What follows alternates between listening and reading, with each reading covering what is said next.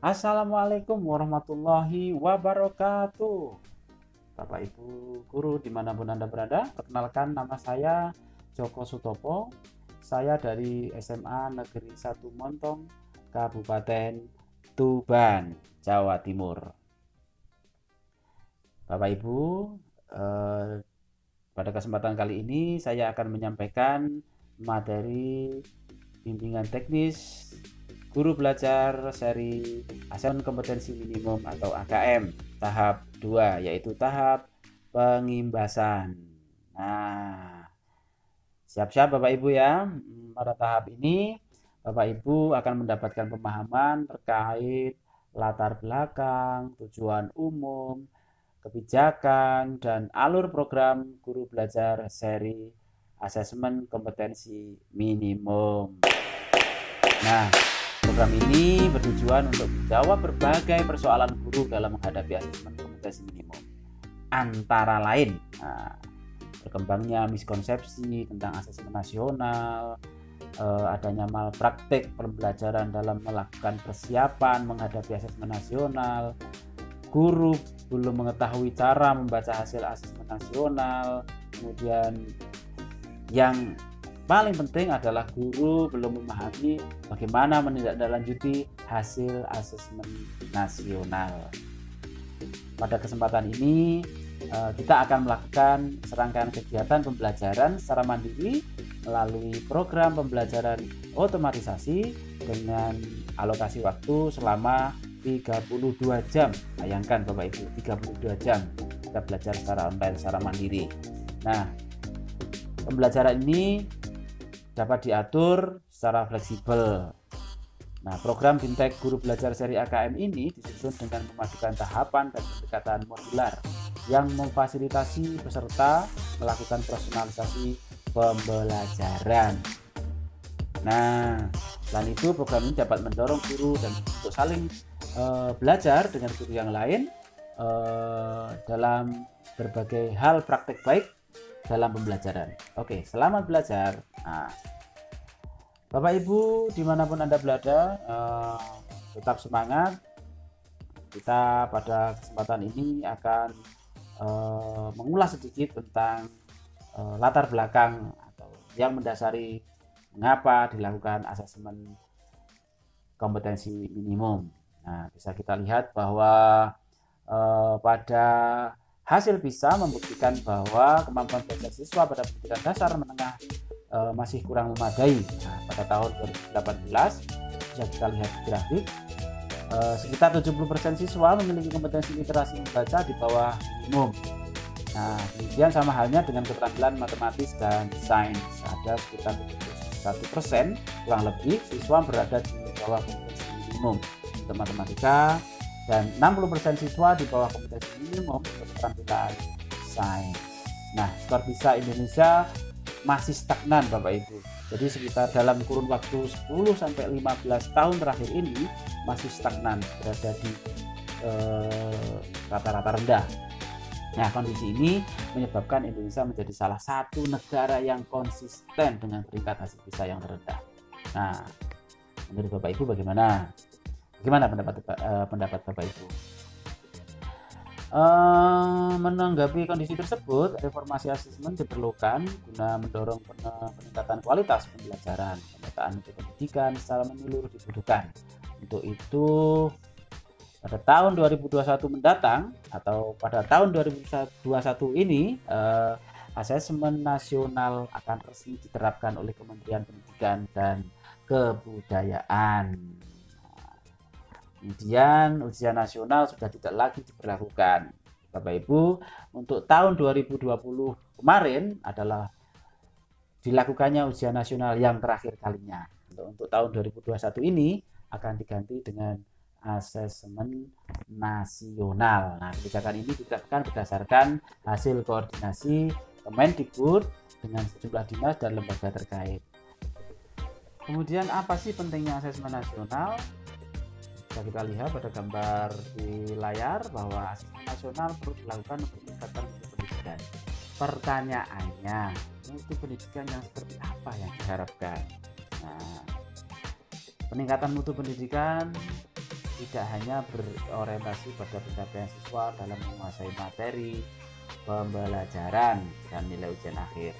Apapun lah sebenarnya, keberhasilan sistem pendidikan lebih difokuskan pada pencapaian kompetensi siswa yang meliputi pengetahuan, keterampilan, dan sikap. Terlebih pada era transformasi pendidikan abad ke-21, di mana arus perubahan menuntut siswa menguasai berbagai kesakaman hidup yang esensial untuk menghadapi berbagai tantangan di abad ke-21, di mana secara umum siswa wajib memiliki kecakapan belajar dan berinovasi, kecakapan menggunakan teknologi informasi, kecakapan hidup untuk bekerja dan berkontribusi pada masyarakat. Inilah yang diharapkan bahwa siswa kita familiar dengan teknologi, familiar dengan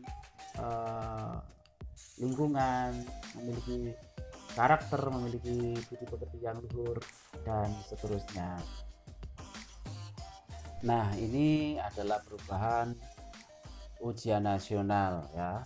Nah, situasi saat sebelum ada arahan kebijakan baru bahwa materi ujian nasional terlalu padat sehingga siswa dan guru cenderung mengisi penguasaan konten bukan kompetensi penalaran. Biasanya ujian nasional masih menjadi beban bagi siswa, guru, dan orang tua khususnya ya, karena menjadi indikator keberhasilan ya. Jadi salah satunya menjadi indikator keberhasilan siswa sebagai individu. Ujian nasional seharusnya berfungsi untuk pemetaan mutu sistem pendidikan nasional, bukan penilaian siswa. Seharusnya begitu ya. Kemudian ujian nasional hanya menilai aspek kognitif dan dari hasil belajar. Nah, ujian nasional masih belum menyentuh karakter siswa secara menyeluruh. Nah, ini adalah arahan kebijakan baru ya. Di layar di sebelah kanan ada arahan kebijakan baru. Kita lihat apa yang diukur. Yang diukur adalah literasi, numerasi, dan karakter. Kemudian siapa yang menjadi sasaran? Sasarannya adalah siswa kelas 4, kelas 8, dan kelas 11. Kelas 4 SD, kelas 8 SMP, dan kelas 11 SMA, SMK, atau sederajat. Sehingga mendorong guru untuk memperbaiki mutu pembelajaran, mendorong sekolah untuk memperbaiki mutu pembelajaran, dan tidak bisa digunakan untuk basis seleksi atau dasar seleksi siswa ke jenjang selanjutnya. Bapak Ibu, mudah-mudahan apa yang menjadi program Kemendikbud ini bisa terlaksana dan Bapak Ibu di sekolah bisa menyiapkan secara maksimal apa yang menjadi tugas dan tanggung jawab, sehingga asesmen kompetensi minimum dan survei karakter nanti mampu menjadi tolak ukur kualitas pendidikan di Indonesia. Bapak Ibu dimanapun Anda berada, masih tetap semangat mengikuti program tahap 2 yaitu pembebasan, bahwa pada tahun ini akan banyak tugas-tugas yang menanti. Selanjutnya yaitu tahap bimbingan teknis. Di Bapak Ibu, sebelum kita masuki materi bimbingan teknis, biasanya kita diminta untuk mengerjakan soal pretest ya. Diminta untuk mengerjakan pretest program asesmen. Tujuannya adalah untuk mengetahui kemampuan kita sebelum mengikuti proses dan setelah mengikuti proses. Jadi pretest itu bertujuan untuk mengetahui kemampuan awal sebelum kita mengikuti proses belajar. Bapak Ibu yang berbahagia, apa sih konsep asesmen nasional? Asesmen nasional adalah program penilaian terhadap mutu setiap sekolah. Ya, sekolah itu bisa madrasah, bisa kesetaraan pada jenjang dasar dan menengah. Mutu satuan pendidikan dinilai berdasarkan hasil belajar siswa Bapak Ibu yang mendasar. Jadi hasil belajar siswa yang mendasar. Apa itu? Literasi, numerasi, dan karakter. Nah, serta kualitas proses belajar mengajar dan iklim satuan pendidikan. Jadi lingkungan itu juga sangat berpengaruh pada proses belajar mengajar. Kemudian informasi-informasi tersebut diperoleh dari 3 instrumen utama. Yang pertama adalah AKM, kemudian survei karakter, dan survei lingkungan belajar. AKM untuk mengukur kompetensi mendasar antara lain adalah literasi membaca dan numerasi siswa. Kemudian survei karakter untuk mengukur sikap, nilai, keyakinan, dan kebiasaan yang mencerminkan karakter siswa. Kemudian yang ketiga adalah survei lingkungan belajar. Kemudian untuk setelah kita mengikuti pretest, setelah kita mengisi pretest agar kegiatan bisa efektif dan maksimal, maka kita harus mengikuti instruksi atau arahan, mengikuti hal-hal seperti berikut. Diantaranya adalah instruksi pembelajaran dengan ya, mengikuti instruksi. Jadi instruksi yang ada di layar diikuti dibaca dengan sesama sehingga kita bisa melanjutkan. Kemudian mempelajari secara sama semua konsep, kemudian mengisi kuis dan diskusi dengan benar-benarnya, jadi kita diminta untuk serius. Kemudian yang terakhir adalah melakukan diskusi. Nah, apa sih tujuannya asesmen nasional? Nah, tujuannya adalah untuk meningkatkan mutu pendidikan. Asesmen nasional dilakukan untuk mengevaluasi kinerja satuan pendidikan. Jadi saya ulang-ulang, jadi bahwa asesmen nasional tujuannya adalah untuk meningkatkan mutu pendidikan.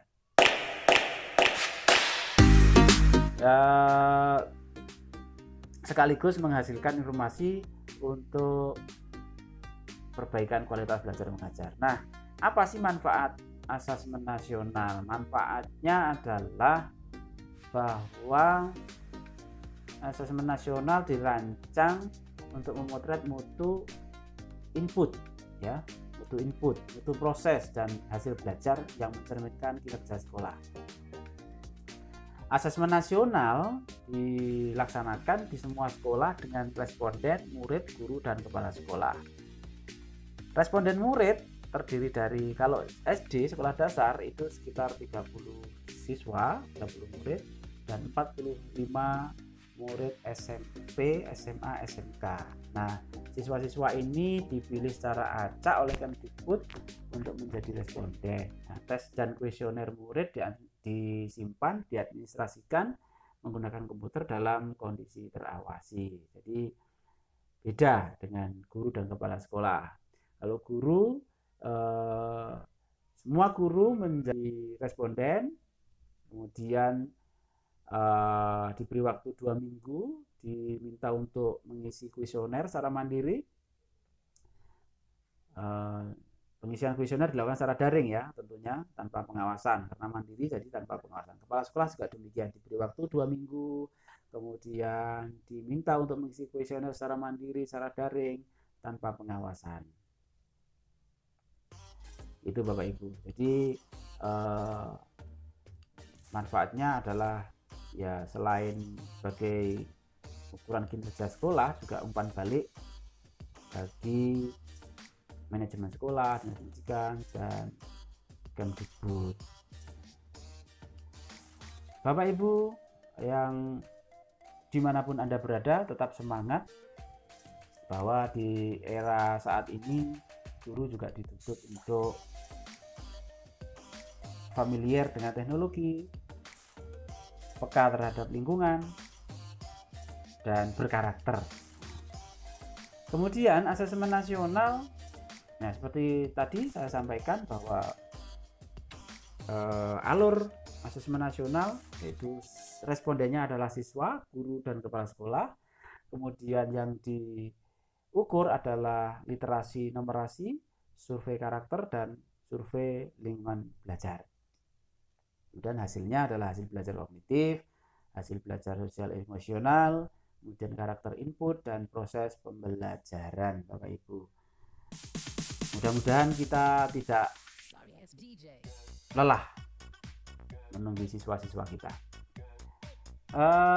Bapak Ibu, asesmen kompetensi minimum, kata minimum mengacu pada tidak semua konten dalam kurikulum diukur di dalam AKM. Jadi cukup jelas ya, tidak semua konten. Jadi tidak seluruh konten kurikulum diukur dalam AKM. Kemudian AKM akan mengukur keterampilan dasar. Tadi seperti saya sampaikan tadi bahwa literasi dan numerasi. Kemudian apa itu literasi dan numerasi? Itu adalah merupakan kemampuan bernalar tentang teks, angka, sudah dibangun dalam satu learning progression. Nah, hasil ukur AKM, hasil asesmen kompetensi minimum tidak dilaporkan menjadi hasil individu, namun dilaporkan sebagai agregat yang fokus pada peningkatan internal. Nah, AKM berbentuk survei. Nah, seperti tadi AKM berbentuk survei. Sampelnya adalah siswa kelas 4, kelas 8, dan kelas 11. Kemudian literasi membaca, apa sih literasi membaca itu? Nah, bisa kita lihat, literasi membaca adalah kemampuan untuk memahami, ya, menggunakan, mengevaluasi, merefleksi berbagai jenis teks untuk menyelesaikan masalah dan mengembangkan kapasitas individu sebagai warga negara dan warga dunia agar dapat berkontribusi secara produktif di masyarakat. Apa sih kemampuan numerasi itu? Kemampuan berpikir menggunakan konsep, prosedur, fakta, dan alat matematika untuk menyelesaikan masalah sehari-hari pada berbagai jenis konteks yang relevan untuk individu sebagai warga negara Indonesia dan dunia. Kemudian survei karakter. Nah, karakter di sini adalah difokuskan pada profil pelajar Pancasila. Nah, apa itu? Apa saja itu? Beriman, bertakwa, berakhlak mulia, bernalar kritis, mandiri, kreatif, bergotong royong, dan berkebinekaan global. Ya. Kemudian survei lingkungan belajar. Nah, iklim belajar dan iklim satuan pendidikan. Iklim belajar. Jadi di kelas itu bagaimana, suasananya di luar kelas bagaimana, kemudian keamanan sekolah bagaimana, iklim kebinekaan sekolah bagaimana, ya. Kemudian indeks sosial ekonomi, pendidikan orang tua, profesi orang tua, fasilitas belajar di rumah, itu juga menjadi salah satu pertimbangan. Kualitas pembelajaran, kemudian kualitas pembelajaran ya, manajemen kelas, dukungan afektif, sikap, gitu, aktivasi kognitif, ya. Kemudian pengembangan guru, refleksi dan perbaikan pembelajaran. Jadi apakah guru itu mau belajar, mau mengevaluasi misalkan kesalahannya, dukungan untuk guru apakah mau berdiskusi dengan teman sejawatnya, mengevaluasi, memperbaiki cara mengajarnya, dan seterusnya. Itu yang dilakukan survei lingkungan belajar. Nah, selanjutnya adalah AKM sebagai pengukuran kinerja satuan pendidikan. Nah, seperti yang saya sampaikan tadi, itu AKM memetakan satuan pendidikan dan daerah berdasarkan kompetensi minimum. Anda bisa lihat regulasi-regulasi. Kemudian komponen AKM antara lain adalah literasi membaca, itu kontennya adalah teks informasi, teks sastra. Kalau numerasi kontennya adalah bilangan, pengukuran, dan geometri, data dan uncertainty, kemudian aljabar. Kemudian proses kognitifnya, kalau literasi membaca itu terdiri dari menemukan informasi, interpretasi dan integrasi, evaluasi dan refleksi. Kalau numerasi, proses kognitifnya adalah pemahaman, aplikasi, kemudian penalaran. Jadi saling keterkaitan. Jadi antara literasi membaca dan numerasi saling keterkaitan. Kemudian dari sisi konteks, antara literasi membaca dan numerasi itu sama. Jadi personal, sosial budaya, saintifik, dua-duanya sama. Kemudian bentuk soal. Bentuk soal dalam soal AKM itu bentuknya adalah ada objektif dan non objektif. Objektif itu seperti apa? Objektif adalah berupa pilihan ganda dengan jawaban satu jawaban benar, kemudian pilihan ganda yang kompleks dengan jawaban lebih dari satu yang benar. Jawaban benarnya lebih dari satu. Kemudian menjodohkan. Menjodohkan itu bisa berupa gambling begitu, atau yang selanjutnya adalah isian singkat atau angka, nama, benda yang sudah fix atau yang sudah jelas.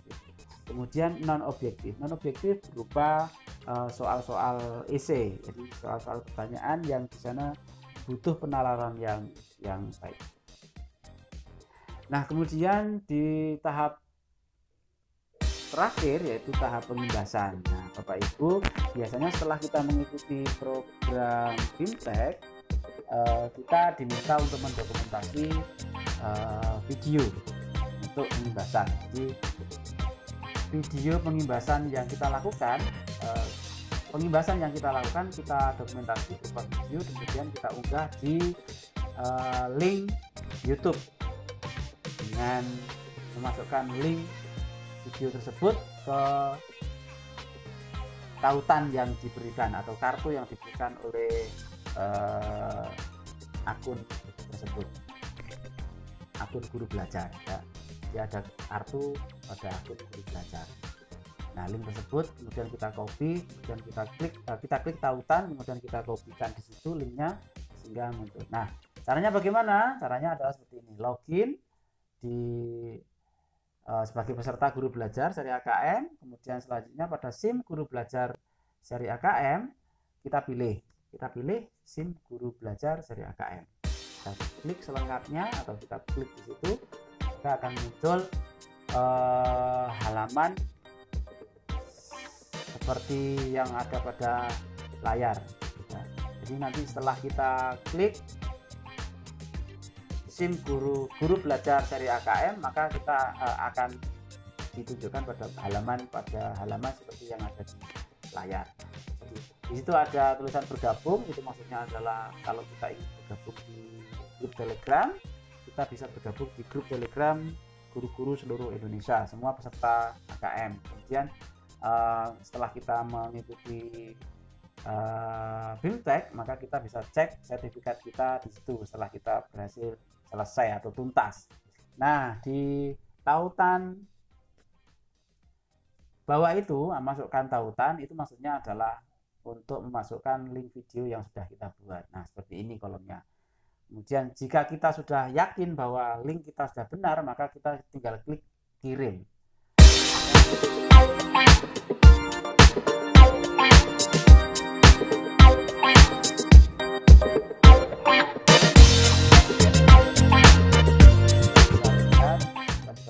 Kita bisa melihat berapa orang yang sudah melihat dan sebagainya. Bapak Ibu yang berada di seluruh tanah air, mudah-mudahan apa yang saya sampaikan pada kesempatan kali ini bisa bermanfaat. Kita sama-sama belajar, apa yang kita lakukan semoga bermanfaat bagi perkembangan pendidikan di Indonesia, kemajuan pendidikan Indonesia. Salam guru, salam belajar, terima kasih, semoga bermanfaat. Salam.